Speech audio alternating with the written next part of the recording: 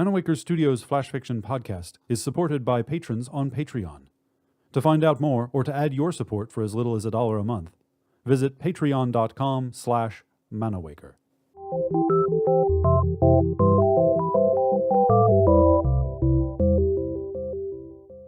Welcome to Manawaker Studios Flash Fiction podcast. I'm C.B. Droege. This week, Kindness of His Enemy by Patrick S. Baker.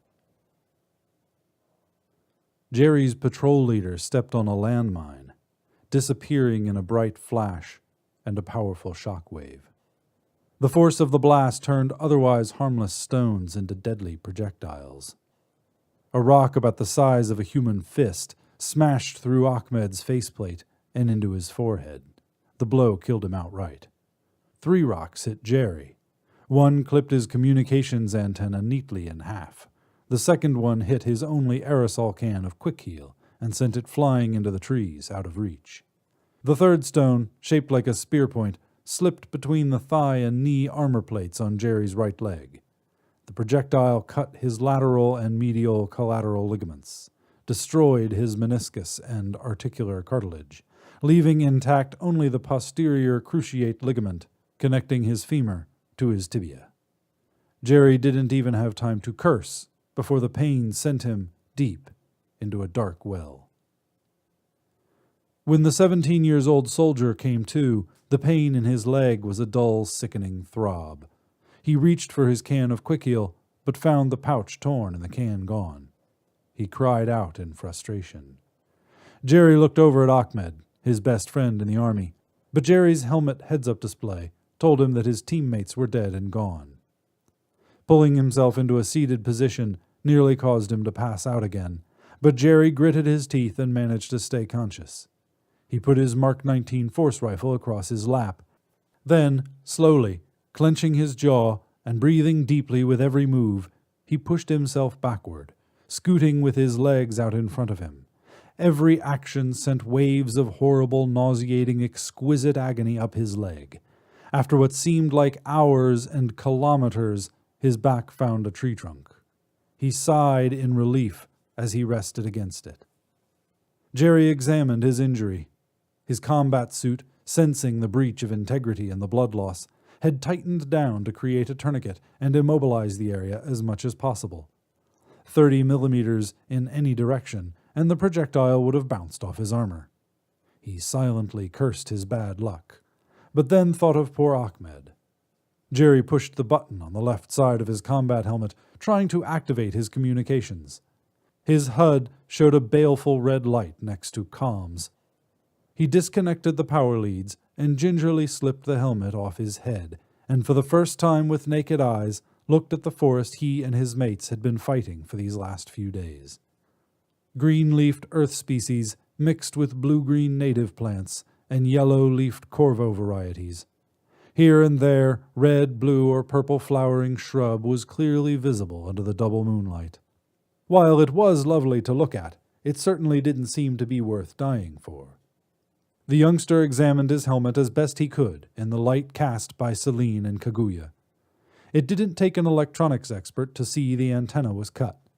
He put the helmet back on, reconnected the power, and dialed up the vision enhancement. The woods now seemed brightly lit, but with the colors washed out. He checked his chronograph.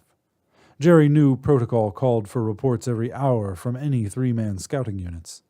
When any patrol didn't report on time, a platoon would be sent to investigate. His chrono read that his patrol was long past time to call in, so all he had to do was wait until the quick response platoon showed up. He leaned his head back and closed his eyes, exhausted. The combat suit's proximity alarm beeped Jerry awake. He checked his chrono again. Only 10 minutes had passed. The 2 corvos padded quietly down the forest trail on their 4 feet. Vaguely centauroid, the corvos were about the size of small earth horses. Their 4 legs ended in camel-like split-toed feet covered by soft cloth boots. They had 2 double-elbowed arms with hands that had 2 middle fingers and 2 thumbs. The corvos had surprisingly human faces with distinct noses and mouths. Their cat-like eyes were on short stalks. Plain metal pot helmets with cheek pieces covered most of their heads and faces. The species had blue, hairless hides that darkened to purple as they grew older. The two Jerry spotted were soldiers. They wore camouflage suits that covered them from neck to ankles and changed patterns to blend with the surroundings. Each had a vest with lots of pouches and pockets, and each carried a force rifle, very much like Jerry's weapon. These two were young, almost earth sky blue. The Corvos spotted Jerry and quickly turned their rifles on him. Jerry slowly put his hands up, and then, for some unknown reason, removed his helmet, showing his bare face to the enemy. Then he slowly pointed to his injured knee. The larger of the two Centauroids kept his rifle aimed at the human, while the other one slowly approached Jerry. Jerry was too tired and hurt to be scared. The approaching Corvo turned its eye stalks to look at Jerry's wounded leg. The smaller Corvo grabbed an aerosol spray of human quick heal out of a pocket, gingerly handed the can to Jerry, then hastily walked backward, rejoining its companion. The human soldier sprayed the chemical on his knee. The throbbing ache faded to nothing. The slow bleeding stopped as the quick heal covered Jerry's wound. Jerry looked at his enemy and nodded his thanks. The Corvo dipped his eye stalks, perhaps in response. Then Jerry heard the distinct whine pop of human force rifles. The Corvos turned and ran, the larger one following closely the smaller one, as they both fled the area. In a moment, 10 human soldiers came quick-walking toward Jerry. He waved to show he was still alive and friendly. The squad sergeant gave the wounded man the once-over and ordered 2 of his men to carry him back to base, while 2 more recovered Ahmed's body. "Come on, soldier. We'll get you home," the squad sergeant said as the 2 soldiers pulled Jerry up. This has been Kindness of His Enemy, written by Patrick S. Baker, and first appearing in 100 Voices, Volume 2. For more information about Manawaker Studios' other projects, including books and games, visit manawaker.com, which is also where you should go to learn more about the authors featured on this podcast or to get details about submitting a story. The Flash Fiction Podcast theme song is by Kevin MacLeod.